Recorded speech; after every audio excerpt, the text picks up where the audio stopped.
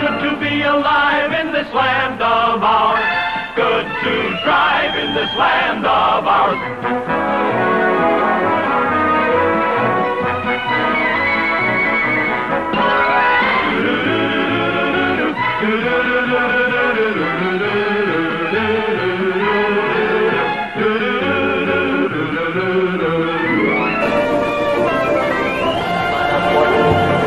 Hello, Canada hockey fans in the United States.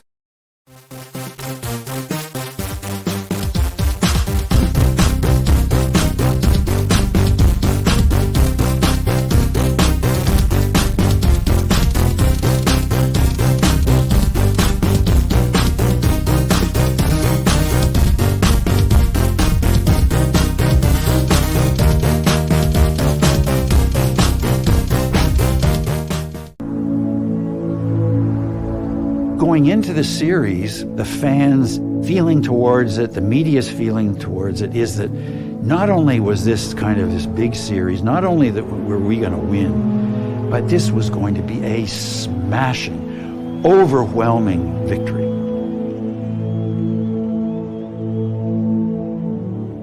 I think that what changed it was when it got to be so tough in the series. That's when the real pride and the deepest pride, came out. And I think it was at that point the Canadians surprised ourselves at how proud we were and how much we wanted this victory.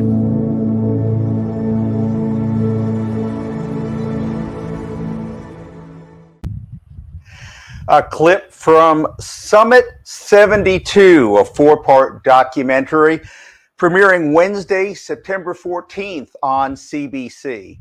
Hello, everyone, and welcome to Hockey Time Machine. I'm Glenn Dreyfus.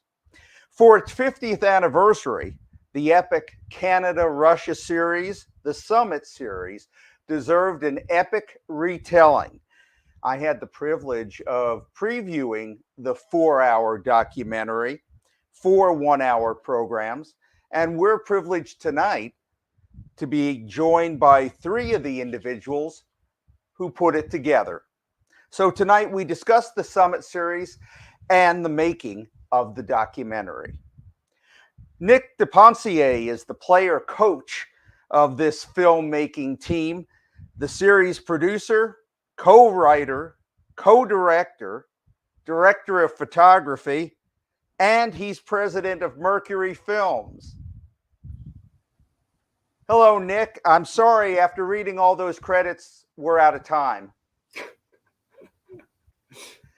How are you, Glenn? When you take on a project like this, do you try to read everything about it and watch everything about it? Or do you try to read and watch nothing about it so that you can approach your take with fresh eyes? The former, definitely. You want to steep yourself in whatever's out there, whatever's been done before. And in a subject like this, there's 50 years worth of literature, of other films, of different perspectives through those decades. You want to gather all of that information in, and in a case like this, if you're of the age that it's in your DNA, it's already there anyway. But you want to bring all that in so that you can forget it and start fresh, but still not be duplicating. Have the language that is an educated language that is going to build on top, hopefully, of what's come before. Which was more philosophically important to you, telling the comprehensive Summit series story or unearthing new voices who might have been excluded from previous tellings of the story? I think our small and mighty team realized early that we could never tell the comprehensive story. That the first question that you'd have to ask yourselves is an unanswerable question: is whose comprehensive story? There are so many people all around the world, and especially in Canada, who are so deeply invested in this that there is no comprehensive story. And our answer was to try and have as many voices, some expected and some unexpected, as would fit in the vessel of the 4 1 hours that we were given by the CBC, to try and, I guess, in a way, be as representative as possible. And that's different from comprehensive. And when you look at our documentary series, we don't show every goal. We don't show every, story beat in a hockey sense, but we'll really park and dwell on some of the moments that are the emotional epicenters and unpack them and have a bunch of different comments, sometimes conflicting, as a way of trying to have the sort of prism of all of the voices, all of the people who care about this story and love it so deeply, hopefully represented. You mentioned your small and mighty group, and I wanted to ask you about that, Nick, because in one way you faced kind of the same issue as Team Canada in 1972. You had an all-star group of producer-directors that you had to make into a team. Tell me about that process.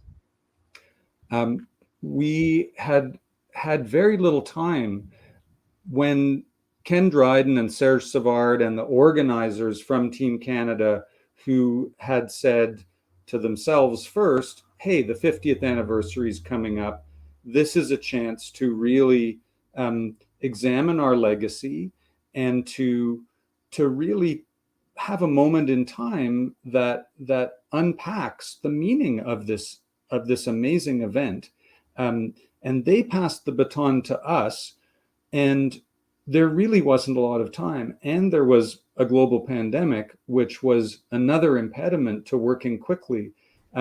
So we needed a team, and we needed, just like Team Canada, to become a team. And I think we did, quicker than they did, because we all knew it from the beginning. And it's certainly the biggest show that I've ever worked on. I'm used to working on a project with a smaller number of people for a long period of time. This was a big and mighty and intrepid team, and it was a crucible of work and creative effort and creative energy and pooling of knowledge and sharing of passion. Well, and it also helps that there's no egos in the world of TV production. We did okay. Nick, we're going to have you step aside for just a few minutes, but please stand by so you can rejoin us for the full panel discussion. Thank you, Nick. Now we want to welcome in Robert Mccaskill. If you enjoy watching equestrian events at the Olympics or anywhere else on TV, Robert is the man to thank because he revolutionized how those are shown. For Summit Series 72, the documentary, he's producer, co-writer, and co-director. Hi, Bob. Hi, Glenn. Great to see you again. Same here. Thanks for inviting us on tonight to Hockey Time Machine. I'm glad to do it and excited that you made time for us. Bob, this is at least the 5th project that in part or in total you have participated in about the Summit Series. So I was wondering if you could explain why the Summit Series is a well that you can continue to draw from. Well, just a moment ago, you were talking with Nick about starting fresh, and there's two sides to that coin. It could be considered to be impossible to start fresh, but on the other side of the coin, there's always something new that you can uncover. And certainly I was privileged to, asked to take this story on 30 years ago with the CBC in a program called Summit on Ice. And one of my gleeful moments at the outset was, wow, I get to watch the games again. And the games were not available, was the first thing they had said to us. They had been erased and recycled by all the networks in Canada that had broadcast them. And we, through the ensuing 30 years, tried to see if there were other copies elsewhere in the world. It took about 10 years. We did find elements and pieces. Paul Patsku helped extensively with that process. And I think, that's indicative of just continuing to turn over rocks and finding more things that we could bring to the public so that we could refresh their memory. And I commend the CBC for doing this program, because there's a whole generation and a half who did not experience the Summit Series when it was played live, which was an extraordinary time for those of us who were alive at the time and who loved hockey and loved Canada and loved drama. And so, I think there are an awful lot of new things that will come to the screen on this, as well as, further to what Nick said, all kinds of different points of view and maybe a deeper look at Canadian culture and its impact on Canadian culture than what we've ever experienced before in any other previous telling of this story. You were specifically in charge of episode 2, which covers games 2 through 4 in Canada. What are the production techniques, the mechanics of basically being part of a relay team where you're handed the baton from show 1 and then you have to hand it off eventually for show 3? Well, I first want to say I wish our fourth director was here, Dave Bedini. I know Ravi is going to come up after I have a moment to tell a few lies with you. But yes, and we collaborated extensively on all episodes. The real answer to your question comes in 3 words: story, story, story. And I think it's the manner in which we've kind of woven these things together, not just to tell the story of what happened in 72, but to tell a timeless story about Canada, Canadians, and where we are today and how 72 did affect us. Bob, if you're not lying, you're not trying. So thank you. With your permission, we'll have you hang tight for a few minutes. You can sit and think about some more false stories to tell, as long as they're good ones. But thank you. Right now, we want to chat with the cleanup hitter of Summit 72, Ravi Bikewall, who shepherded the 4th and final hour of the series. Born in Toronto, Ravi these days anchors and reports for the ABC news station in Chicago. So first, Ravi, what is it like to be a Maple Leafs fan behind enemy lines? Well, Glenn, I had to move to Chicago to see the Stanley Cup actually being awarded to the hometown team. I mean, I've seen 3 Stanley Cups here. I've seen an amazing run. I've seen what hockey can do for a community. I've seen what excellence really, really looks like. I mean, we're about to go into a fallow period here in Chicago, but maybe it'll turn around again going forward. But I mean, all kidding aside, it's not enemy lines, because hockey is a really universal activity, relatively speaking. And I think that it's really one of those situations where we're in a position to tell a great story about this essentially origin story about where the game is now and how it's understood now here, especially in an American context. And I'm just so could never have imagined that I would be in a position to be at the apex of helping to tell the story about hockey, about Canada, in America, about a come from behind story. And I'm telling you, Canadians, actually, anyone who likes a great yarn, but Canadians are going to love this story. Well, I want to follow up on that and what you said a second ago. What is your sense of the awareness of the Summit Series in the States?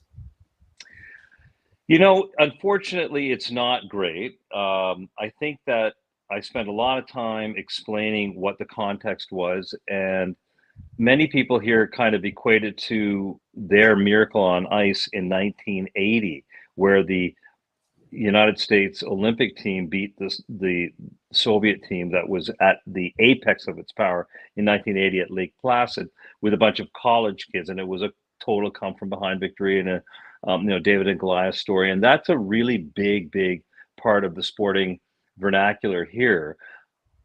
And I tell them, like, look, this is that story on steroids for an entire country.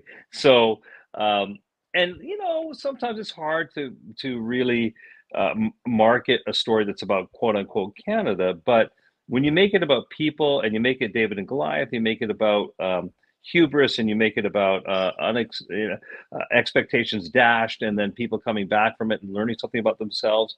People are really interested. And one of the things that we're working on quite a bit right now is some U.S. and international distribution. And I know that there's some interest at ESPN. Make no mistake, when people get a hold of this piece, they're going to be riveted by it because it is, as usual, just a great story about human emotion. It's all about people. I think as a filmmaker, you had a unique challenge because in Canada, at least, if there is one game and one moment everybody knows, it's Henderson scores. Yeah. So what was your methodology of trying to bring a fresh perspective to such a well-known event? I think, Glenn, the important thing is to recognize that people know what happened, right? And we know what the entire story is. There's no question that Canada won, but Canada won by the skin of their teeth. And what did that mean? And how did we get to the point that it was just the skin of our teeth? And these are the themes that kind of go through all the episodes that lead up to the episode that I was deeply connected to. And make no mistake, though, when we get to that moment, and I don't want to give too much away, but I'm not giving much away because the fact is we know that Henderson scored the goal and we won. But to get to that and tell it in a storytelling way that creates tension and anxiety and want from the viewer, we had that in this movie. I will tell you that Nick DePonce and I, with Robert Mccaskill, with Dave Bedini, we spent, I don't know, I'm going to tell you a little inside story here. We spent 90 minutes, if not more, in just the sound mix studio about the Henderson goal. And that's not to say that that's to try to make it more than it was. It's just that important. And the way the storytelling works, and what Nick and Robert had mentioned earlier, the way we bring in different voices to try to tell the story in a different way, it doesn't matter that you know the outcome. It's how you get to it.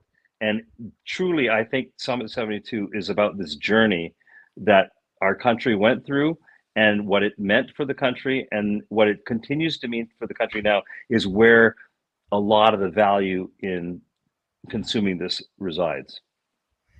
If you watch the Summit series for no other reason, you got to watch it to hear Foster Hewitt as a rap artist. And I won't say any more. Yeah. Let's leave it at that. Sometimes it happens. You don't know what you want to say as a broadcaster, so you go, and then next thing you know, it kind of works, right? and then you say, I meant to do that.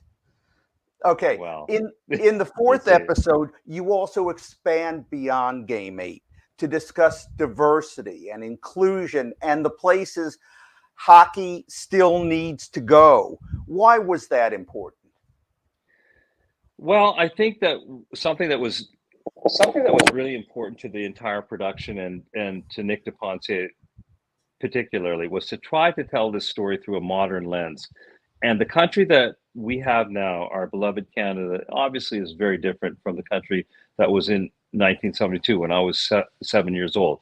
And so what makes it relevant now is to try to tell that story from back then in a context that's relevant to what not just the geopolitics, but what the country looks like now, what the country feels like right now, what role hockey plays in the cultural attitude of the country right now. And we really were striving to tell that story through that modern lens. And that is a deeply impactful moment, I think, for consumers of this documentary going forward, that will really resonate, that I think that will really help them understand. We're not trying to sort of say, here's how you need to think about that thing that happened 50 years ago in today's context. We're just saying, look at where we were, look at where we are. That event had an impact on where we are now, and let's explore some of those issues that got us to that. It's up to the viewer to decide what is more important and what is less important in that. I think we have produced a very, what I would suggest is a very dense documentary to give people fodder to contemplate that. And what else is a documentary supposed to do other than get you to think a little bit? And if you're thinking about what it means to be Canadian, and what it means to love hockey, and what it means to enjoy the incredible heroics of these people that we loved so much when we were young, you're going to get a lot out of this by investing your time watching this. Ravi, nobody told me that I'd have to be doing thinking. No, it just happens. It just sort of happens. All right, It just Laura, if you would, I'd like to bring Nick and Bob back in to join Ravi and me. And guys, as we talk, please feel free to piggyback on each other. And if you want, take the conversation where you want it to go, and I'll be happy to sit back and listen. But Nick, I want to start back with you. Something you mentioned when we talked a few minutes ago. In the press notes, you said, quote, one of the biggest challenges our creative team faced was to answer the questions around whose 50th anniversary story of the Summit series should this be? So, Nick, what was the answer you ultimately came up with? I hope that if we were successful, our ambition was to make it as many people's 50th anniversary as we possibly could. And there are some core constituents, obviously. The players are always in our mind. And there's lots of pinch me moments when you're my age and your wife is saying dinner is ready, and you're saying, I'm talking to Ken Dryden. So, there's in a way, this will be part of their legacy and freezing this moment in time 50 years later. And that's a big responsibility that we all felt. The Russian players as well. I think it's become this fruitful dialogue over the years, as any of them will tell you, that the animus and the competition dissolved and evolved over time into this wonderful back and forth, which was an expansion of worldview on both sides, which was, a crack of light that got wider and wider through the decades as the world opened up, the wall came down, those Cold War polar dynamics went away in favor of something that had much more mutual understanding. If you look at Phil Esposito, he was the guy who was the most jingoistic, the most, talking about and echoing the propaganda and the stereotypes of the time, the Cold War stereotypes. And he literally said, if I had a gun, I would have killed all those guys.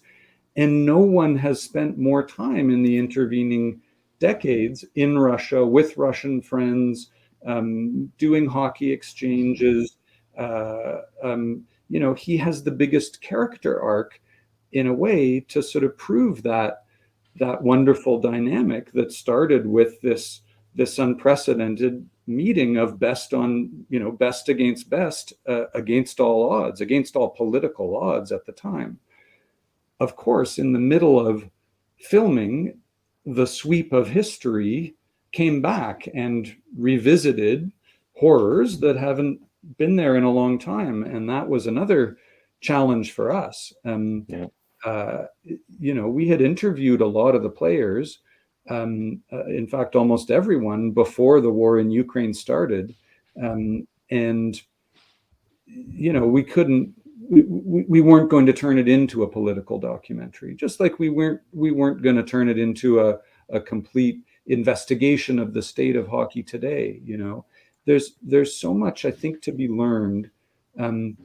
50 years is a long time in our modern age, but to be able to toggle back and forth, it's living history.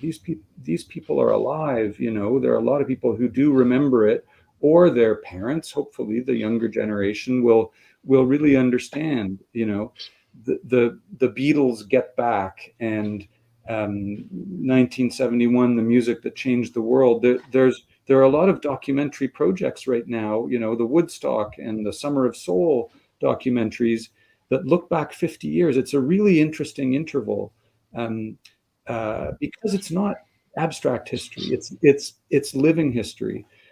So as many voices along that journey that we could give a point of entry to, that was our ambition. I think one of the interesting things further to that as well, Nick, is this is an era of the Cold War. This is an era of us and them, us against them against us. And absolutely, we were adversaries on the ice, just like the political systems were adversaries. But it is also a time, as we cover briefly in the documentary, where, the Prime Minister of Canada and Premier of the Soviet Union were trying to meet and exchange ideas. Hockey was part of it. Hockey was a handshake, and hockey was something that began to bring, people together. And although they were fiercely combative through the series, what time has done with the dose of respect that both countries and both teams derived from each other and their conviction for their game and for their country, we have become friends. Things, as Nick just mentioned, have changed, over the past year. We're on a trajectory, and we have been for some time, where there was, much more of a common bond between the peoples of our country, which was the original intent by the politicians who helped enable the series. And it also leads to something that we touch on, and as Ravi does in the final episode, delivered by Ken Dryden, where to some extent there is a shared victory in this. Canadians are very strong in saying we won the series, and we did win the series. We won more games than the Soviets did, but as Ken will outline in episode 4, we each shared a victory, and we each got what we needed out of the series. And I think therefore a bond was established, and certainly between the players, and in the reunions that they've had and visits that Canadian players have made back to Russia, you can see that there's a friendship there that will be eternal, despite the politics today. And to that extent, I think that some of these outcomes, Glenn, were completely unforeseen. This idea that what Robert's talking about and Ken Dryden talks about, which is this idea that we didn't know what it was that each side wanted and what each side needed, but each side got essentially what was required by that moment in history. And we get into that and we explain it in very clear terms that I think is really compelling. And in the context of 2022 and Ukraine and geopolitics and stuff like that, without going down a line that kind of takes us away from the hockey. And these guys can tell you, these guys will tell you, Glenn, that I was the guy who was always saying, keep it on the hockey, keep it on the hockey, keep it on the hockey, because the hockey's amazing. It's Phil Esposito, it's Tony Esposito, it's Brad Park, it's all these wonderful players, all these Hall of Famers, all these Stanley Cup winners. Keep it on the hockey. But despite all that, we are able to always circle back and be able to understand how going through this process of them playing those games and Canadians and the world kind of getting excited about it changed all of us. And that is what the story is about. The outcome was something that we didn't kind of even imagine was going to be something that we're thinking was part of this effort to begin with. And that, I think, gets across in this documentary. The quote from episode 4, the Ken Dryden quote that Bob mentioned, is Dryden saying, "Neither of us got what we wanted, both of us got what we needed. And in the same episode 4, Serge Savard calls the Russian players brothers. So, Bob, they could never have imagined that they'd be saying those things before the series started. That's correct. And probably the two most flagrant examples are Mikhailov and Esposito, who battled profusely on the ice and all kinds of gestures and checks and stick work in the corners. But even those two over time developed a great deal of respect for one another and also established a bond of friendship, which is pretty extraordinary when you consider where they were. And that doesn't always happen on the field of play. Ravi, I'll send this to you first. Anyone can chime in on it. But the creative team made a decision, an artistic decision, to go without a narrator for this series. So 2 questions. One, why? And secondly, how much did that increase the degree of difficulty in putting together your shows? Well, I'm a news guy, and everyone, when they ask me about this project, it's like, are you not narrating it? No, I'm not narrating it.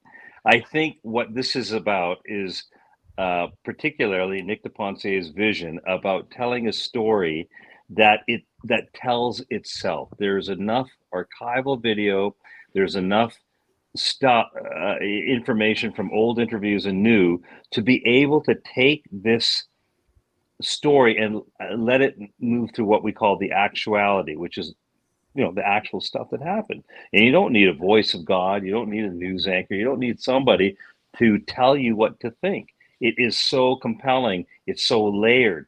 The music, the history, the archival video, the interviews that we're doing in today, but you're looking at a video of the player who's talking, and that's him playing 50 years ago. And then underneath all that, you've got maybe Foster Hewitt's game call about something that player is talking about now. You didn't need a narrator. It's frankly, it's harder. It's a way more sophisticated way of telling a story. You could tell, the cow jumped over the moon and just say, okay, here it is, and here's the voice of God telling you that. Or you can layer the story using all the elements that we had and have taken advantage of, and try to write something that works with that. And I am telling you, I am so humbled to be part of a process that has allowed us to indulge that. Because for what I do on a day-to-day basis, we don't get to indulge that too often. We don't get to indulge the way archival video looks or the way someone wants to hear something. But we have got that piece of it there to allow people to make their own judgments about it. And sometimes with the narrator, you follow what the narrator says, but maybe not here. We're expecting the viewer to be engaged a little bit more, and I think they're going to get way more out of this. And to what Nick was talking about in terms of the Beatles 1971 documentary and other ways, this is a better way of telling it. When you've got the guts, when you've got the raw material to work with, the video, the archival discussions of what the principals were saying back then, and you are able to put that into modern context now, it's a way more interesting story. It also, sorry, Nick, go ahead. Well, I was just going to say that really our gift, I think, in being able to do that and to reach for that level of storytelling and have 40 narrators, most of whom were there, instead of one more reductive. It circles back on your original question of whose story is it. It is lots of people's stories. So if lots of people should be able to tell their stories. But the other gift that we had through, reaching through time was that a documentary film crew followed the whole series and filmed exactly what you would want to film if you could time travel and go back. They filmed training camp. They filmed the press conferences. They filmed the very political receptions with all the players in their suits and ties. They filmed a bit of hockey action. And that film never got made.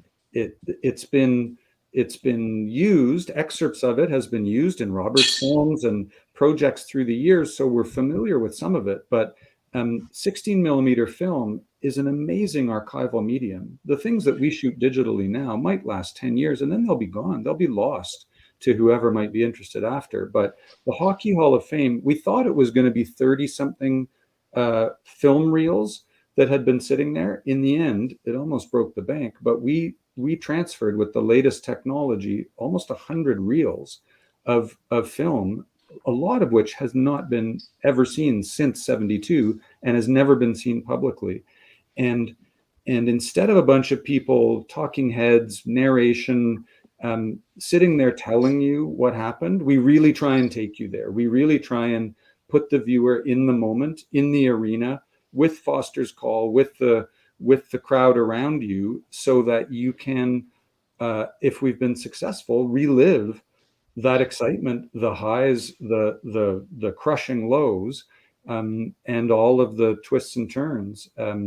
And that would not have been possible without that amazing archive. And Nick, tell them, Nick, if I may jump in, tell them about how authentic that archive is, how much, as you described to me, how much vinegar you ran into dealing with these reels that nobody had looked at for decades, and that we're being able to rescue some of that stuff. Listen, I think it's the right amount of time. There's a lot of the material was right on the edge. It was degrading, especially the sound material. Unfortunately, a lot of that didn't survive. The archivists who went through and lovingly prepared all of the film reels for transfer, when they hit some of the sound reels and opened them up, they had to run outside because it was toxic fumes of whatever had been happening inside of there. So some of the audio is lost to history, but the amazing thing is that now it does have like a fresh start, a new baseline, and all of the collection will go to the Hockey Hall of Fame, will be available for anyone who's interested, for scholarship, for future films, for anyone who wants to be able to relive that. So that's one thing that this 50th anniversary has afforded, those archival materials, which I'm really happy about. Glenn, your question was really important, and I think fundamental to the approach of this documentary. And I would just like to add to what Ravi and Nick have said. There is a great purity and a genuine quality when you speak to the principals and the eyewitnesses and use them as storytellers. A narrator, and no knock on narration, because we do need that for all kinds of purposes and all kinds of productions. But in this case, yes, it's a tremendous challenge to work without a narrator. But it is, I think, a tremendous gift to the audience to be able to remove that filter and have it a direct story being told by the people who created it 50 years ago and who experienced it 50 years ago, as well as those who experienced the repercussions of 72 in the decades that followed. And Glenn, I got to tell you, man, as a professional narrator, I would have loved to have narrated this, but I knew it's way better the way it is this way. And I'm just so pleased. I'm so pleased it's a big deal for me to step back from something. And it was a big deal. People are going to love this because it's so damn authentic.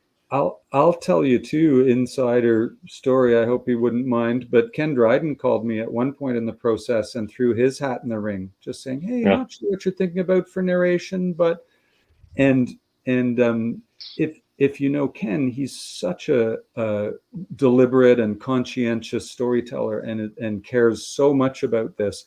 I think it wasn't to assert himself out of any kind of vanity, but then he would know that he would have some element, some view on what was going on for quality control as well. I think may have played. Nick, for the record, I would have deferred to Ken Dryden. Just so wise. I'm not just being a good guest, but before we move on from the archive topic, this whole series does not happen without Paul Patsku, who is, of course, one of the producers of Hockey Time Machine, but it absolutely doesn't happen. And if you talk to any archival researcher, if you talk to any hockey druid in this country and around the world, they will know that Paul Patsku is is and has an incredible trove of knowledge and artifacts, and there is no way we could have combed through or drilled down on the gold in amongst all of this archive without Paul's guidance and expertise, and we were just incredibly lucky to have him as a collaborator from the very beginning. He was one of the first calls, absolutely.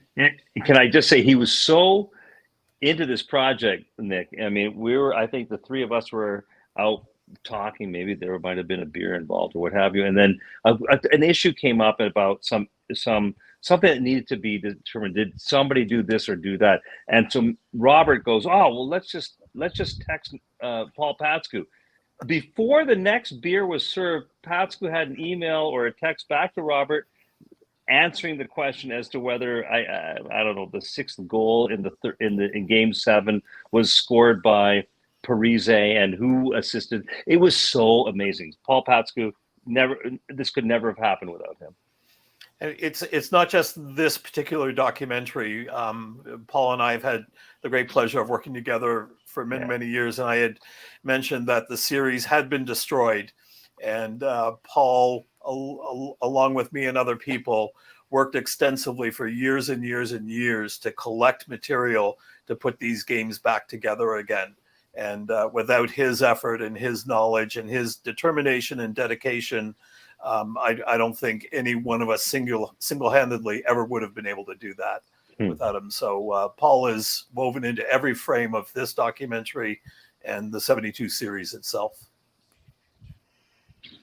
Okay, 3 things. Number 1, Paul is going to be impossible to live with, so thanks a lot. Number 2, I will look forward to the Ravi Bikewall cut of this documentary with his narration. And number 3, I have the headline from this conversation when it's over. DePonsier says it was a toxic work environment.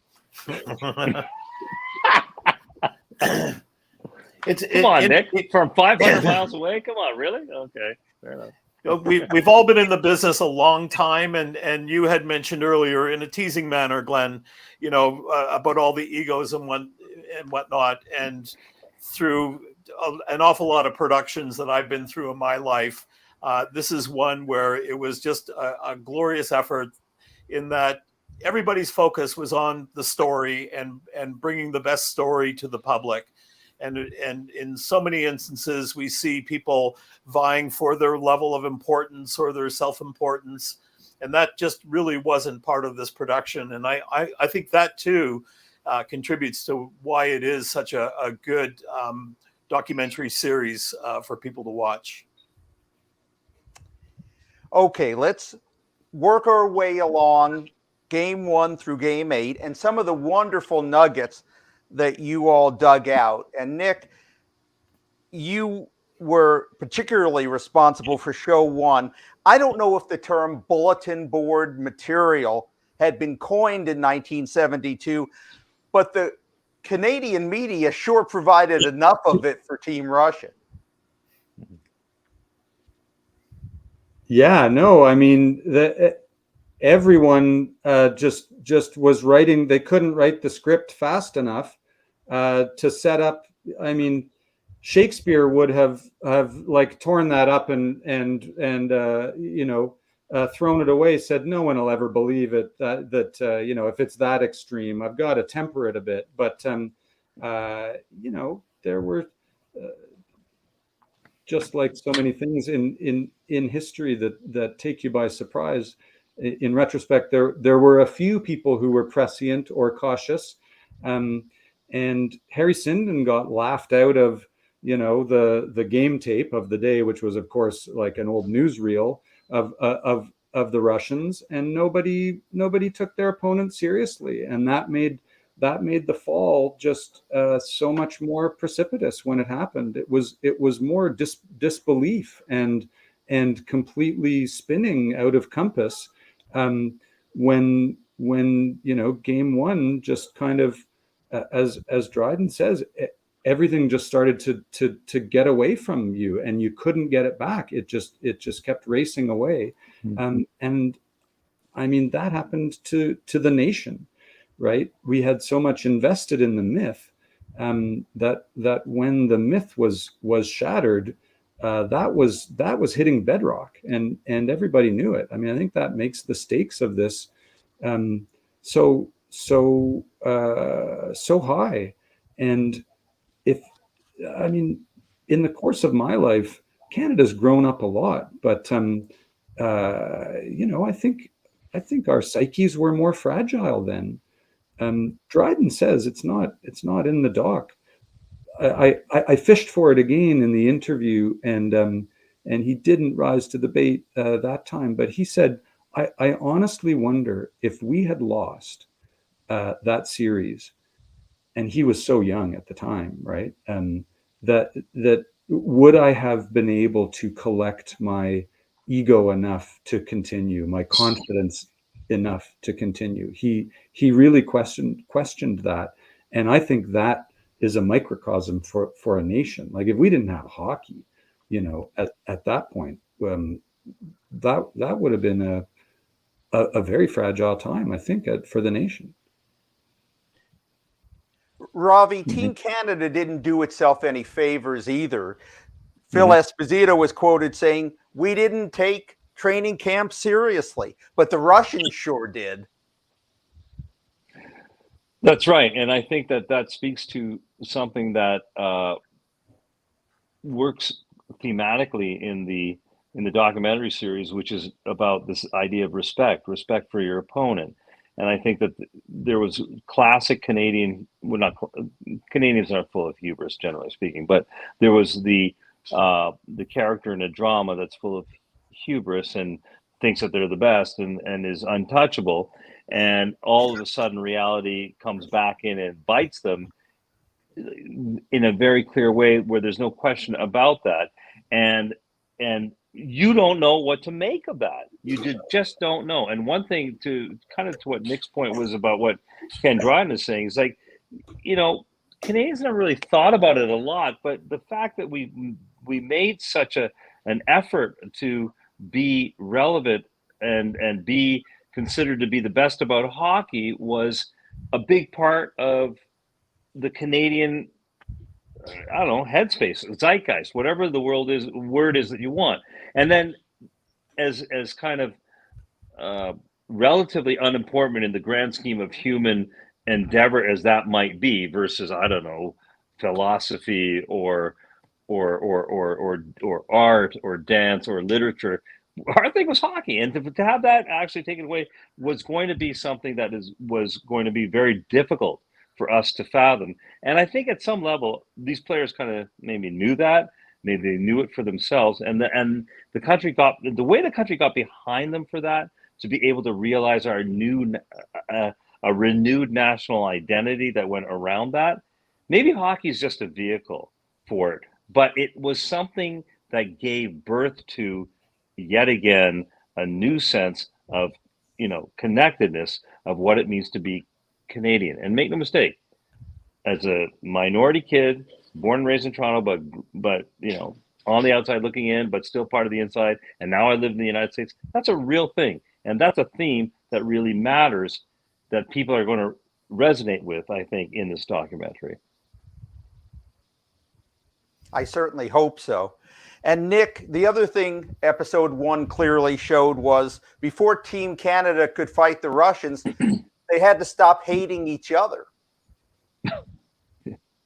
I loved that detail. That was learning for me, that it was so clannish back then. Mahav didn't talk to his brother when they were playing each other, and they were taught that sort of deep hatred. They used the word. We hated it. They hated us. We hated them. If you're a Ranger, if you're a Bruin, you're not going out for beers after like they do now. They probably played juniors, and I think it was a time too where it was a big deal to switch teams. I think there was much more old school allegiance and identity. Whereas now I think it's more transactional, and more fluid. And so yeah, for the unprecedented best on best, 72 was the first Team Canada. They coined the term for that team, and not everyone was happy with it. But I think when everyone, players and fans alike, just realized how incredibly exciting it was to wear the flag on your jersey and pitch yourself for all the marbles against an arch rival. Not just another team in the NHL, but a real arch rival. That this was going to stay, and we needed to learn how to do this, and that afterwards, and it's in the doc. I forget who. Somebody says, maybe it's not. It was just in one of the interviews, but in a warm up in an NHL game after, somebody went up and tapped the shin pads of an opposing player, and his teammate said, "What the hell did you do that for?" And he goes, "Team Canada." Yeah. We have Sealing and Espo. Was it Sealing and Espo? Sure. Yeah. And I bet that was replicated many times. That was there was a new dynamic. There was a higher purpose that no one had known. They'd all climbed to the top of their mountains, right? Right. They'd come from their towns. They had been better than all those other kids. They had scrapped their way into the NHL, and then these were the best of the best. And they thought they had climbed the highest mountain, and then there was a new mountain, and that was international play. And they didn't even know that mountain existed, and they didn't think for a second that was something that they had to surmount, and that the surprise factor of all of it happening in a relatively short period of time was part of an educational kind of throughput that all Canadians kind of went through here, which was part of what made the country grow. And I think we try to reflect a bit of that in the documentary. Show 2 covers games 2 through 4. Team Canada, their roller coaster ride continues with a win, a tie, and a loss. Bob, Team Russia, you point out in show 2, caught a tremendous break off the ice. The KGB was busy with the Olympics. So what did that mean to the hockey players? Well, so much of this program is not just about hockey. As I mentioned earlier, it's about culture, and it's not just about Canadian culture, but it's about the integration and the meshing of culture. And the story you're referring to, when they were in Toronto, the Munich Olympics were going on, and there were fewer KGB agents to follow teammates when they were allowed to leave their hotel. And Harlamov took a few of the players. They left their hotel. They walked down Yonge Street to Sam the Record Man and bought some Western music, which, as we say in the documentary, was essentially banned in Russia. And they brought that music home. And so therefore it was an opportunity for them to exchange culture. And that's one aspect of the culture. I have to commend the CBC, for committing to the broadcast first and foremost, because it is a story that is half a century old, and that seems to defy logic in today's broadcasting. But the other thing that they asked us to do is look for stories that are not necessarily that have not been on the front pages of the newspapers, and how far can we go in looking at other cultures? The question was posed to us: are there Indigenous stories about 72? And on the surface, you would think, no, probably not. Of many programs I've done, we've never rubbed up against that. But we dug, and we found stories, and we found how 72 is a seminal point in hockey. It was also a seminal point for personal growth for many people. And one that does come to mind that is in episode 2 is Chief Wilton Littlechild, who had been placed in residential school at age 6. Didn't know English. He says in the documentary, he gives us his names, but says in residential school, my name was number 65. And I therefore couldn't really cheer for Canada because of what Canada had done to him, but he could celebrate hockey. And he didn't necessarily cheer for the Russians, but he certainly studied them, and it led him to a life of many things. But he became a hockey player in residential school because he could get better food, for one. But also, he knew that his community could also benefit from hockey. So it inspired him and his community. He became a coach. And he says in the documentary, you know, one of the things I took away from it was the level of discipline and how he brought this to his players when he was a coach and had, for instance, zero tolerance for drugs and alcohol. And if you were here to be on a team, and you were here to play hockey and serve yourself and serve the game and serve your community. So, you know, these are some of the things where we're able to scratch under the surface from, you know, again, what was on the front pages at the time and what very few people know. And you know, I again, celebrate the network for allowing us to bring these stories to people, because I think there's a whole generation who really doesn't know 72. And they may have read a little bit about it. They may know nothing about it at all. But I think now they're going to get a clear sense on why it was such a seminal point, not just for the game, because the game changed completely after that. And the game we see today is a game that was really born from the merge of these two styles of play. But it's also its meaning to people and how it helped people grow. And in our case, feel better about Canada. In the case of the Russians who picked up that Western music, gave them an insight into the world that they couldn't get in any other way. Thank you for sharing that, Bob. Those are important things to keep in mind. You know, in newsrooms, the sports department is considered the toy department. And it's important to play sports in its proper context. So I appreciate you saying that. Ravi, Canada wins game 2. And Phil Esposito in the documentary says afterward, this is bigger than winning the Stanley Cup. Yeah. Not winning the series, winning that one game. How much did that surprise you hearing him say that? A lot. And then that tension that he feels that early in it builds, and we take you through that. We take you through how that sweeps up Canadians, and how so many people, even in game 8, when they decide the game 8 lineup, right? And the game 8 lineup is primarily made up of people who have won the Stanley Cup, and they all have been at the highest of the high mountains in the hockey world. And they know that this is the next bigger thing that they didn't even know that they had to conquer, but this is the thing they have to do. That is what the stakes are. And we spend a lot of time, I think, in each of the episodes, particularly Robert's episode 2, explaining the stakes about what it is, without being pedantic about it, without making people say, you know, this is how you need to feel. We just lay it out there, and you can't help but get swept up. And if a guy like Phil Esposito is saying that while he's sweating and he's wearing the Canada Maple Leaf and Johnny Esau's got a mic in front of him, he can't help but listen. And it keeps coming up again and again and again. And without being too, obvious about it, about how the storytelling works, the density of the story and the drama of the story really builds. And that's why going through 4 episodes like this, I think, has real payoff for people who are going to invest their time.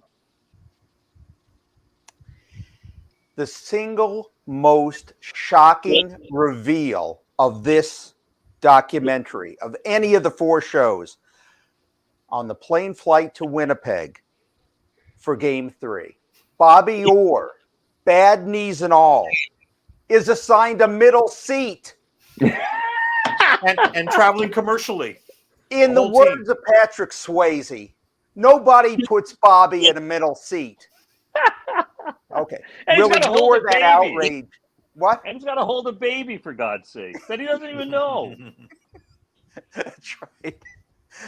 So we'll ignore that outrage, Bob. But you show Bobby Hull in the stands in Winnipeg watching game 3. So explain to us first why he wasn't on the ice, and second, how you think the Summit Series might have been different if Hull and Gordie Howe et al. Had been allowed to participate. Well, Hull was not permitted to play because the early 70s, like the 60s, and we certainly inherited change out of the 60s as a decade, but it continued at a rapid rate. And there was a rival league that was developed in North America called the WHA, the World Hockey Association. And Hull had decided to join that league, was one of the first $1 million contracts ever awarded to a hockey player, which was staggering at the time. It's commonplace today, but that was among the first. And therefore, because all the players were from the NHL, they were all Canadian, and that was just the stipulation that the organizers had. So therefore, Hull was not permitted to play. Or God bless him, despite the injury, and probably knew in his heart that he likely would never play, kept people believing that he might be able to. He would try and skate with the team during practice, but he was not able to play. But nevertheless, he was with the team through the entire series as someone who supported the players and did a number of things behind the scene.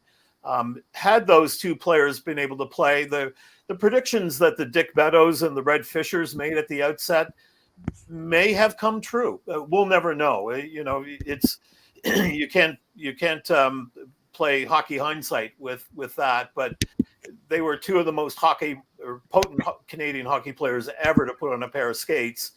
And with them in the lineup, especially Orr, just coming to the peak of his career, he would have been a game changer without doubt or question, just like Valery Varlamov was. Right, and to be fair, there was a Russian player as well who was considered to be one of their very best. It's just escaping right now, but who was not also. No, Harlamov got injured, but then there's another Russian player who was not able to play. Can't remember his name, but anyway, he was. I don't know if he was Bobby Orr level, but there was certainly they had at least one star who was not able to play. So neither this nor that. Look, we take the squad that was available to us, and despite the fact that Bobby Orr got to sit in the front row of the big photo of the team, this is still the best of the best versus the best of the best, and you take it for what it is, and it's a magnificent counterplay. It's really something to watch, and I think that a modern audience is going to be really excited to see it. The Russians rallied to tie Game 3, then overpowered Team Canada to win Game 4. The fans in Vancouver boo. Phil Esposito makes his impassioned post-game speech, and then the documentary plays this from series organizer Alan Eagleson, who says about the Canadian fans, they can't help you now, you're on your own. But Nick, the fans end up being a big part of this story when the series transfers to Moscow. So Eagleson turned out to be wrong in that prediction.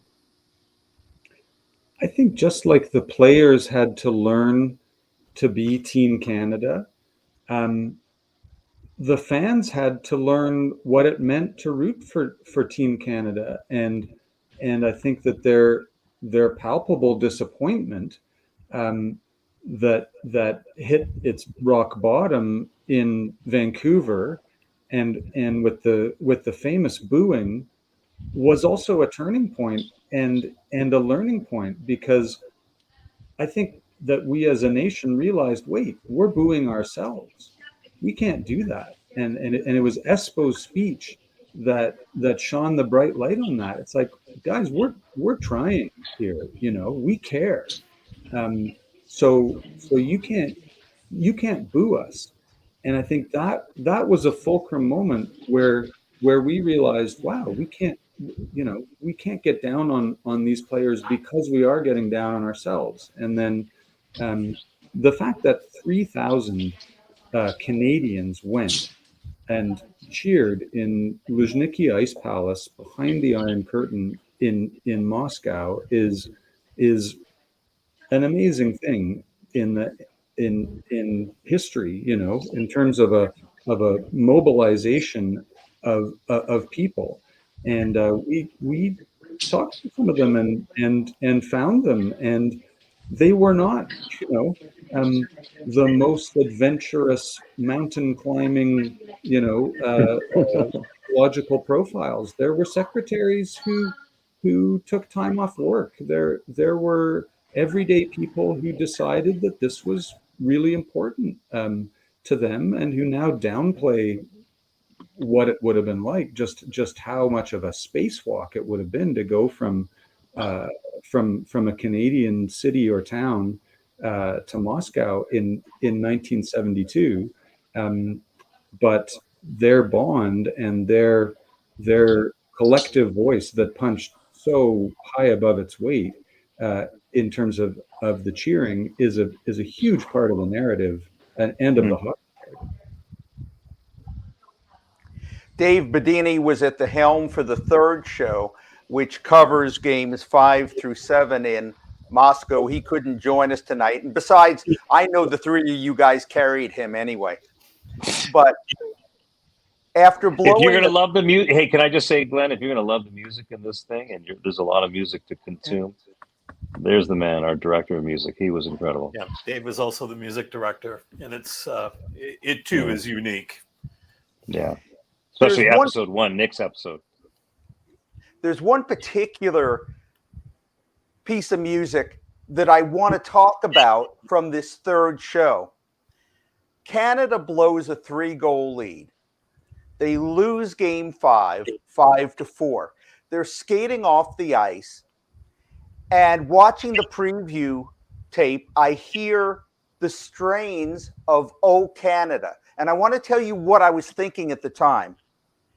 Either this had to be the Russians, the fans, mocking Team Canada by singing their anthem, or I thought, well, the editors have somehow made a colossal mistake dubbing the anthem of Canada in a place you'd never hear it after Team Canada loses. So I know now from watching on the next few minutes, it wasn't either one of those things. Ravi, pick that up. It's one of the most emotional moments of all 4 episodes, and I don't want to overstate it in terms of giving it away.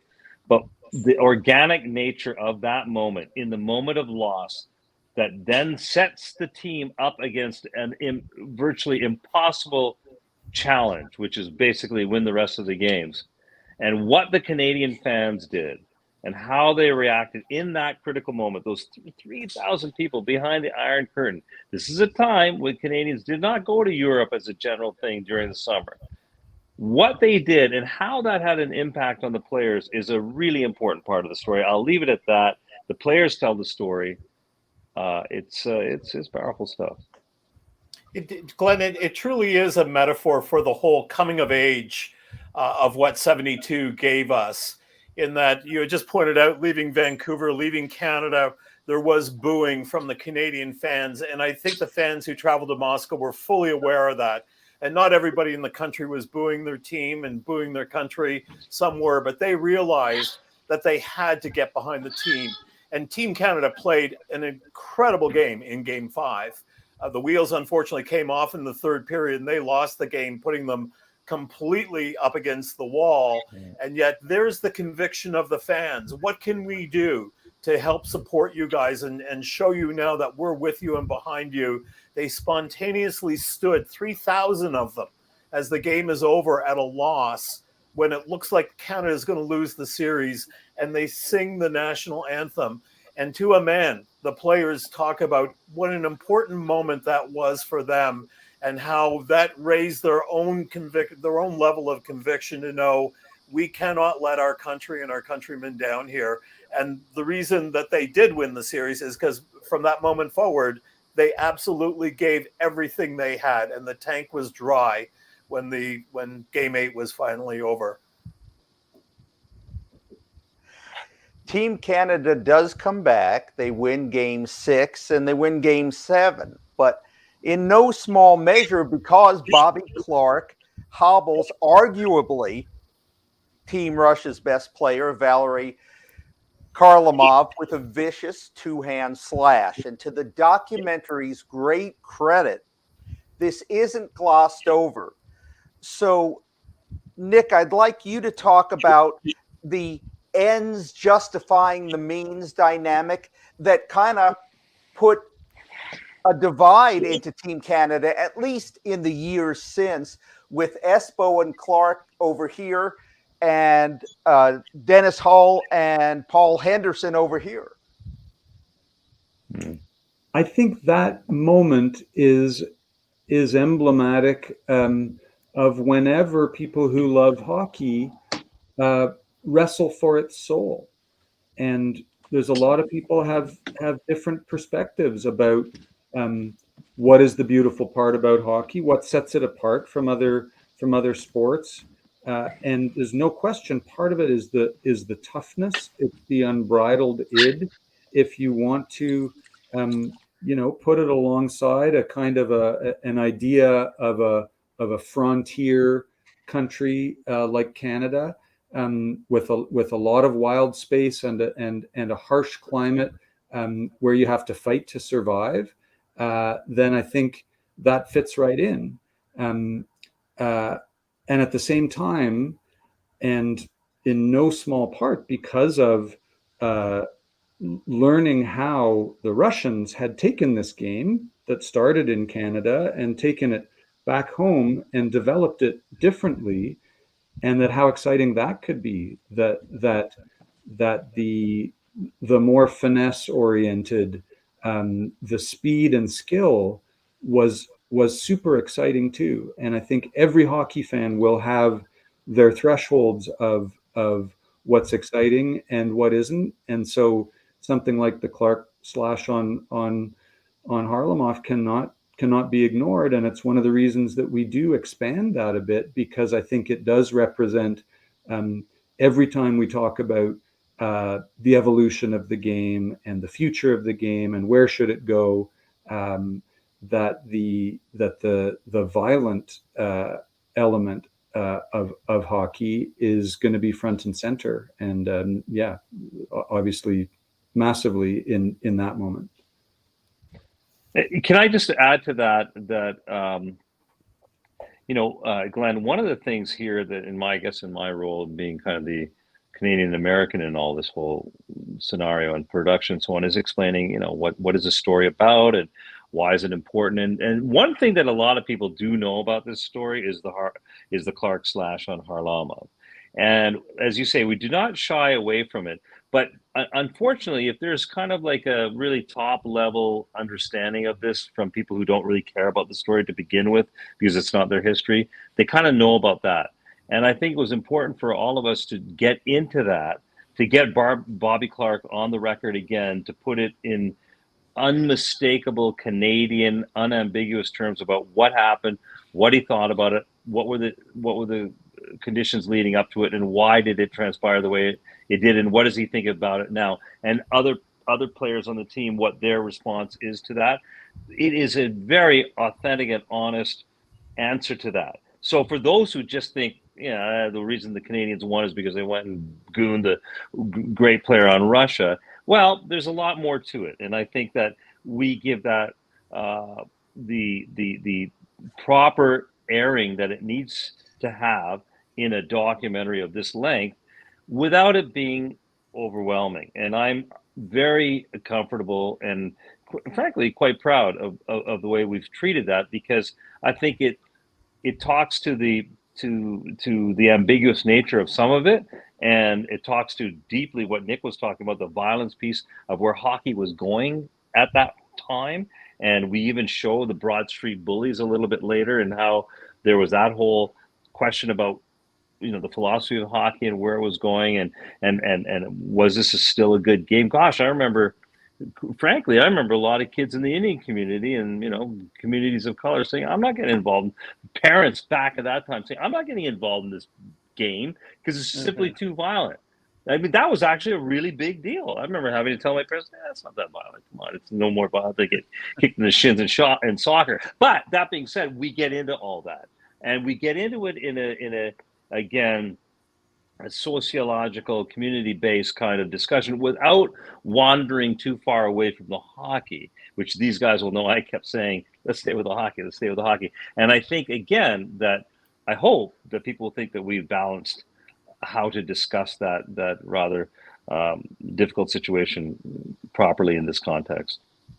I think that's a key point. I think balance and context. A lot of Canadians look at that moment and go, "That is the blight on Team Canada," and had that not happened, things may not have turned out the way they did.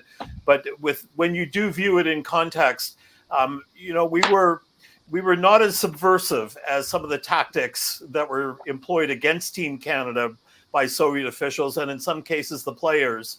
And we do talk about there's an awful lot of physical play that was outside of the viewpoint of the referee inflicted on Canadian players by Soviet players. And I'm not justifying the Clark thing, but I will say that you have to see it in context, and it doesn't.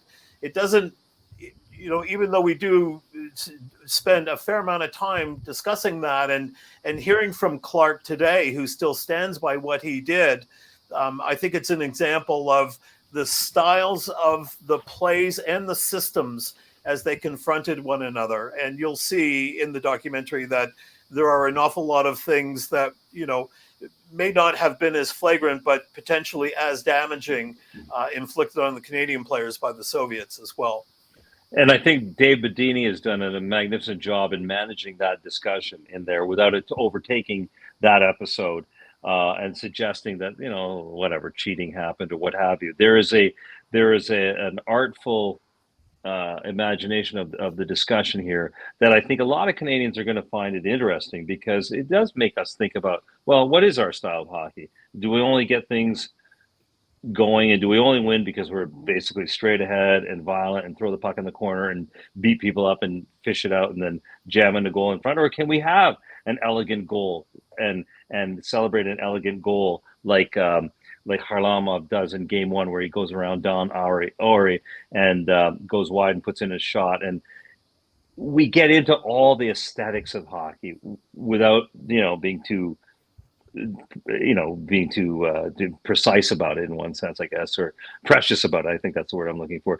And so it's all there. This is dense. It's happening on 5 and 6 and 7 levels. People have really get your popcorn ready, have your drink ready, concentrate, make sure the dog's outside of the room or what have you, because we're going to throw a lot at you.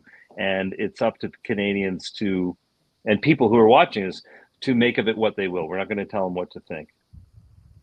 There are many conversations that you'll have coming out of the 4-part series just out of this incident, because another question related to what you guys have talked about is, well, if you're trying to prove you have a better system, but your system relies on two-hand slashes, this isn't Jean Valjean stealing a loaf of bread where you go, hey, okay, it's against the letter of the law, but it's justifiable. Clark does try to justify it by saying, well, I was only retaliating against what Harlamov did to me. Now, it's grainy video, but I went back and watched it frame by frame. And it looks like Harlamov on a follow-through might have ticked Clark, but I don't think he was making a dirty play that led right up to Clark's dirty play. He's Bobby Clark. The collective, Glenn. Again, not to justify it. I think all Canadians would be happier if that moment hadn't occurred, but it did, but it shouldn't be viewed in, in isolation. And like I said, He's Bobby Clark. He's Bobby Clark.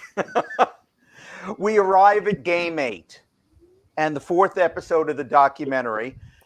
And Ravi, I'm serious. I'm being genuine here. My favorite quote from the entire series.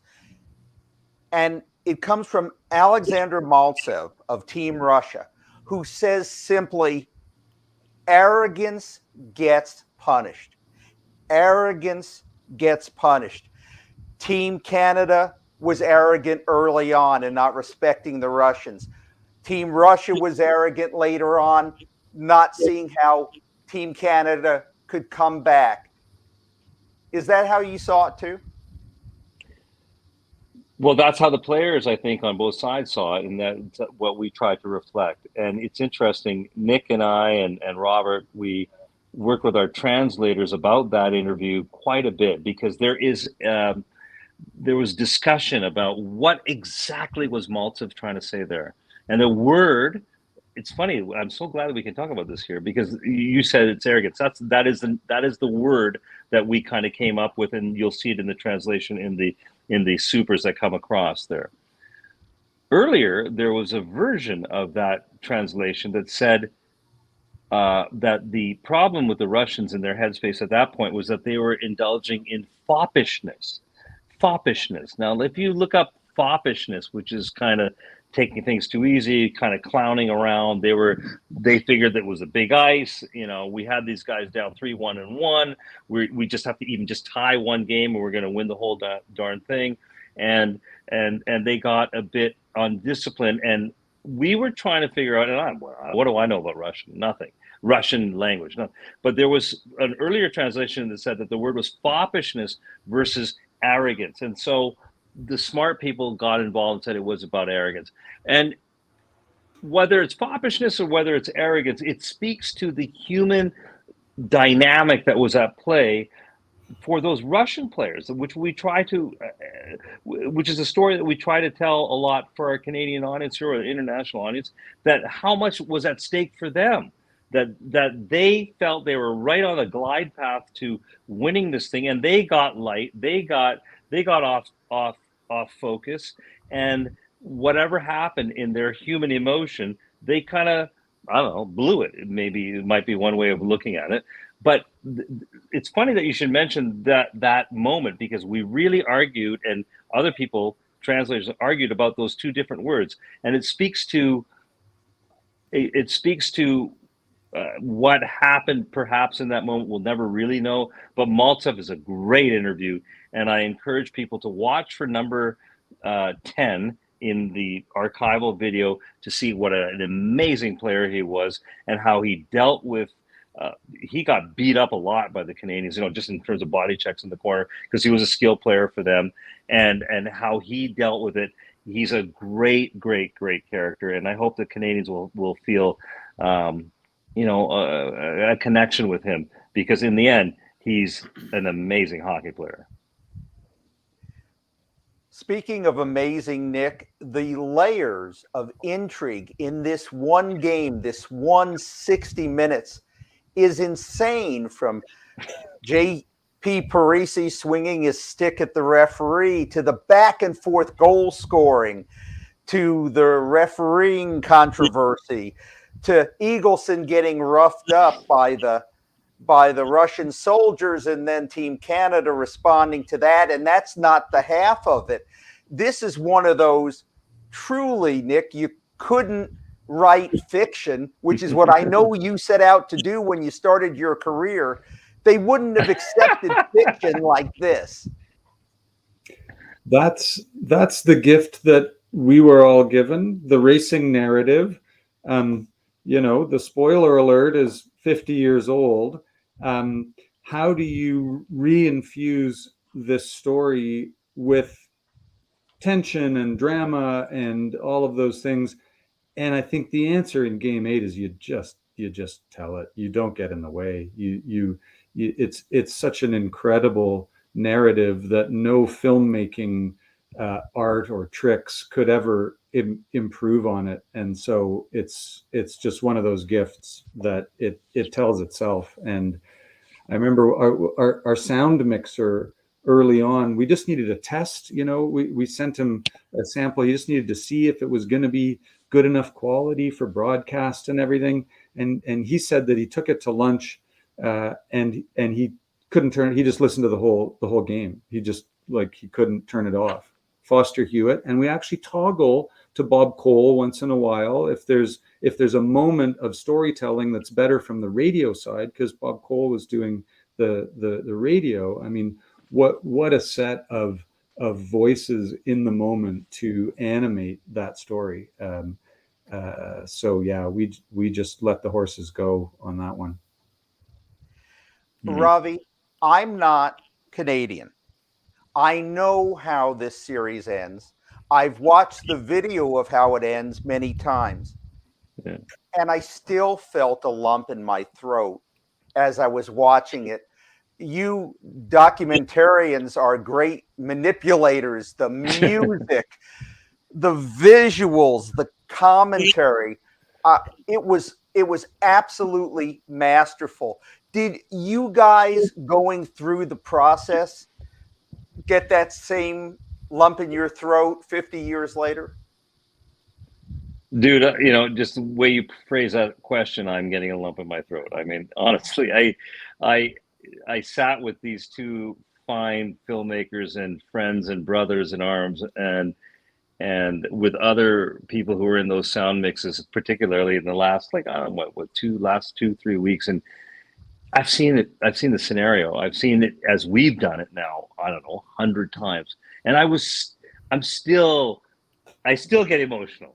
And I don't think we're torquing it. I really don't think we're torquing it. I mean, yes, there's music, and yes, there's some sound effects, and yes, there's some sort of stylistic treatment of the film, and yes, there's a certain kind of filmmaking skill with it in terms of showing how Henderson's stick goes and where the puck comes out, and how he completely wiped out just a moment before, and what Foster Hewitt's voice is, wild stab at it. Our pal Bedini wrote a goddamn book named Wild Stab at it. I mean, like that.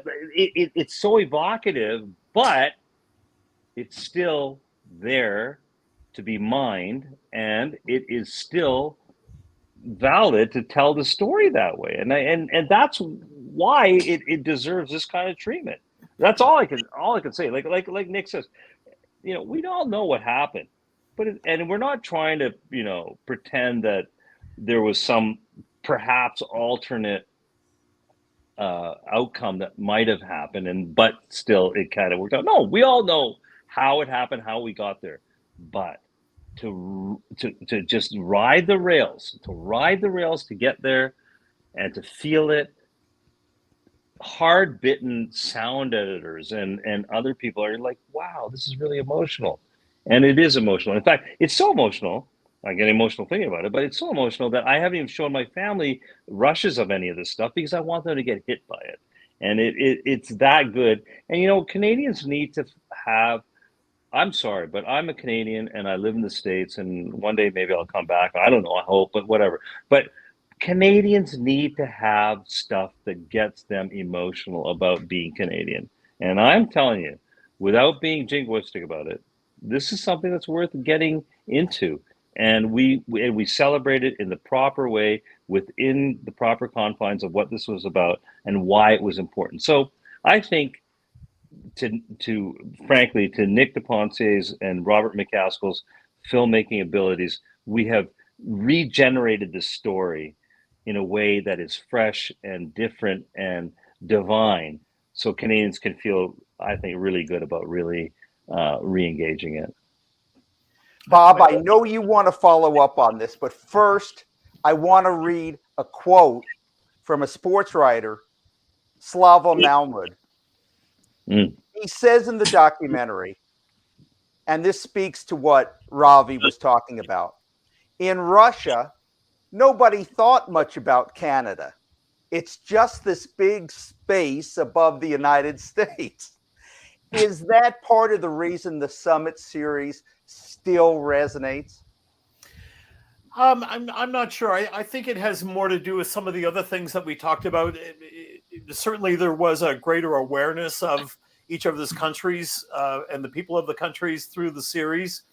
I think that it resonates strongly because of how it changed hockey. And I do believe we've really tried to put our finger on that without being pedantic about that as well. But it was the point at which post 72 hockey would never be the same again, as Phil Esposito has said. And I think that was very, very true. And, to the other point, you're right. I did want to build on what Ravi said and to address your previous question. When you try and take something on that you've done before, or that's an old story, you have to take it on with fresh eyes and to dig a little deeper, go a little further. And if you can move yourself in an offline edit suite with proxy video and temp music and sound that you can barely hear, that is the way in which you will eventually move your audience, if you're able to move yourself through that process. And I think for all of us, because, you know, even though we did have to divide and conquer, as Nick had said, because there wasn't a lot of time to put this together, but we did always come together to share thoughts and ideas with each other on all of the episodes.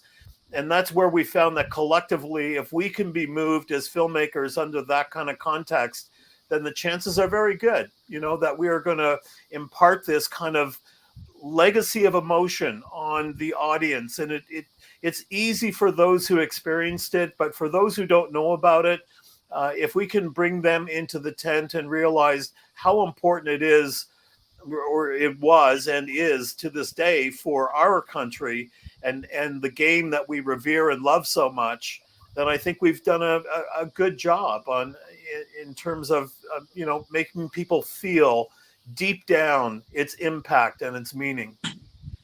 Yeah, that's what I would say. Say again? No, I'd cross my fingers to that. I completely agree with that. One last question, and then we'll bring Paul Patsku on to close the show. Nick, this is not a criticism of the documentary. This is a question I have for everyone who, in this documentary and everything that's ever been written about the Summit series or shows about the Summit series. Russia did not become a democracy because Henderson scored. And I'm pretty sure Canada would not have become a repressive regime if Henderson hadn't scored. So when we talk about the battle of political ideologies, is that putting a weight on the Summit series and any sporting contests that doesn't really belong there? I don't think so, and I may not have credibility because I was a tender age. I was not very mature in my geopolitical awareness and views. I was born in 1966. So, but from the DNA, from the vectors and the legacy that of my experience, that's what people believed at the time. And I think that's one of the most transformational learning moments from 72 is how much of that geopolitical weight is in our heads and how much we invent it. And I'm not going to get on a soapbox about the deep divides in politics now that just seem to ignore that all of us, our shared humanity, no matter what our differences are, is more important. But I think that's a demonstrable lesson from 1972 is that you other people at your peril, that you think that they're so different than you are because you've been told that, and that's been reinforced by your news bubbles and the people around you. And then when you actually meet them and meet them face to face, or whether you play hockey against them and are forced to respect them as an opponent, in each case, you're going to learn just how fake a lot of those kind of political constructs are, and you're going to learn a deeper truth. And I think that pendulum seems to swing throughout history. So at the time, I actually don't think that it's too much weight to put on the stakes of 72. I think people actually did believe that. I think it's a privileged position now that we've been able to undo some of that. But is that, are those polls, are those reductive ideas building up again? Hopefully we can learn from our history so we don't have to repeat it, as they say. Thank you for that, Nick. Let's bring on Paul Patsku and see what he thinks about all of this. Hi, Paul. Hi, how you doing? Thanks for all the kind words, guys. But it's easy when working with brilliant people, and there was an all-star cast on this project. There's no doubt about it. But you guys were talking about the fans. One of the interesting clips with when Peter Mahovlich was asked about the fans, and he almost breaks down crying. In fact, I think he does when he's talking about how much the fans helped him. It was so emotional. And you talk to every one of the players, and they all say the same thing. It was the fans. They're the ones that, spurred us to victory. And you can tell by the way Peter Mahovlich became emotional when he's talking about it. It's part of the film that's really come on, Patsku. That was the thing I was trying not to kind of blab about. But okay, if you're going to talk about it, I mean, that was a hell of a moment. That's a hell of a moment in that episode. I mean, God damn it. I mean, Dave's episode where Mahav talks about what those telegrams meant and what those people, Glenn, you were talking earlier about the people singing "Oh Canada," and did we dub people's voices into that? No, that was so now that Patsku says it, okay, I'm going to tell you, that was such an authentic moment, and that spurred these fellows, despite the fact that they had lost Game 5, despite the fact that they had been winning, really gave them confidence. And confidence is one of those things, as we all know, that the more you have of it, the more you get of it. And it's a remarkable moment, I think, in our documentary where we talk about how these Hall of Fame dudes have got to reach to telegrams on a wall to find motivation for them to take the next step to be able to be meeting this moment, right? And Ken Dryden, in his recent article on the Athletic with Sean Fitzgerald, talks about how he regrets not taking some of those telegrams home with him as a keepsake, as a memento, because they were that important. And I didn't want to blab about that. Now the Patsku's in. Oh yeah, it's obviously it's part of the vernacular now. Yeah, well, that's a spoiler, but there's more that Peter Mahovlich said, and it was brilliant. And he talks about going after the Eagleson and with a stick against guns, and he says, not very smart, Mahav, and how he talks about Bobby Clark. I mean, it's brilliant. It really is. And the thing about the fans is that we've been tracking down a number of fans that were in Russia, and we're going to actually have a hockey time machine with some of those fans, and they have stories too. It's something different, and we're going to have them at our alumni lunch as well. And they played a big part, and they're proud of it too. So it would be nice to meet them in person. I wish we could have included more of the stories of the fans, Paul. 1 hour of television, if you're covering 3 games or a first and a last game in an 8-game series, is not very much time. And we did what we were able to do. But, certain things that are on the floor do speak to the commitment that they had for the team, and also the commitment they had for humanity. How they began to realize when they were on the streets of Moscow, simple acts of kindness. One of the fans had talked to me about not being able to find the right change in coins when she wanted to buy an ice cream from a street vendor, and a man came up behind her and bought her ice cream.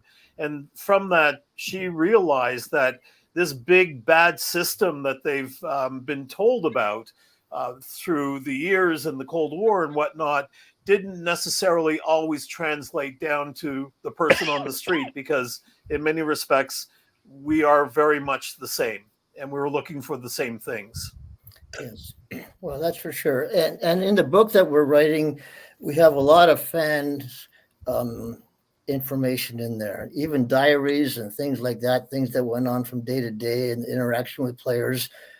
I mean, there's one involving Ken Dryden in an elevator that, you just got to buy the book, okay, when it comes out. Okay. But what's the name of Don't that blow book, it, Patsku. What is the Don't name blow of the book? it. When Canada Shut Down. Yeah. Okay. Ravi, I'll tell you what, I'll send you an advanced copy of the book, and you can spoil some of the stories in that. Yeah. Happy to do so. Yeah. If it helps sales, for sure. Yeah. This was an amazing project. 4 parts. and we used audio for the first time, like Bob Cole's call and Fred Scambatti. We used intermissions that were never shown before, outtakes from that haven't been seen, and all kinds of different things, and that's what makes this such a special project. So. Well, as someone who was privileged to have watched all 4 episodes, I want to say it is so well done, so powerful, so moving, and as Ravi has mentioned, so thought-provoking. It will ignite so many conversations that it doesn't matter what you know or what you think you know about the Summit series. You will want to watch this, and you will be glad that you did, premiering Wednesday, September 14th on CBC. So to Ravi, to Nick, to Robert, and always to Paul, I want to thank all of you for being so generous with your time tonight in explaining both the Summit series and how you try to capture the Summit series in a television production. Thank you all so much. Thank you, guys. It's a great pleasure to talk about it with you guys and your audience, all of whom know a great deal about hockey. So I'm sure they'll be watching it with great interest, and it will spark lots of conversation after it's finished. Yeah, I just want to say one more thing. I'm going to name drop here, but I spent the afternoon with Paul Henderson, and I showed him footage, including the goal. And you talk about you had a lump in your throat. 50 years later, so does he. You should have been there to see it. It's incredible. So it does resonate. So. Yeah, it's always pretty close to the surface, 72. Yeah. Even if you think you know the story, just like your favorite movie, watch it again. You'll learn something you didn't see the first time. So whether or not Paul spoiled knowing about something, watch it anyway, because there's nothing like actually watching it. And I will be watching it again. And good luck to all of you. And thank you again for you generously giving of your time. We very much appreciate it. Thank you, Glenn and Paul. Okay. Good night, everybody. Good night, everyone. Thank you very much.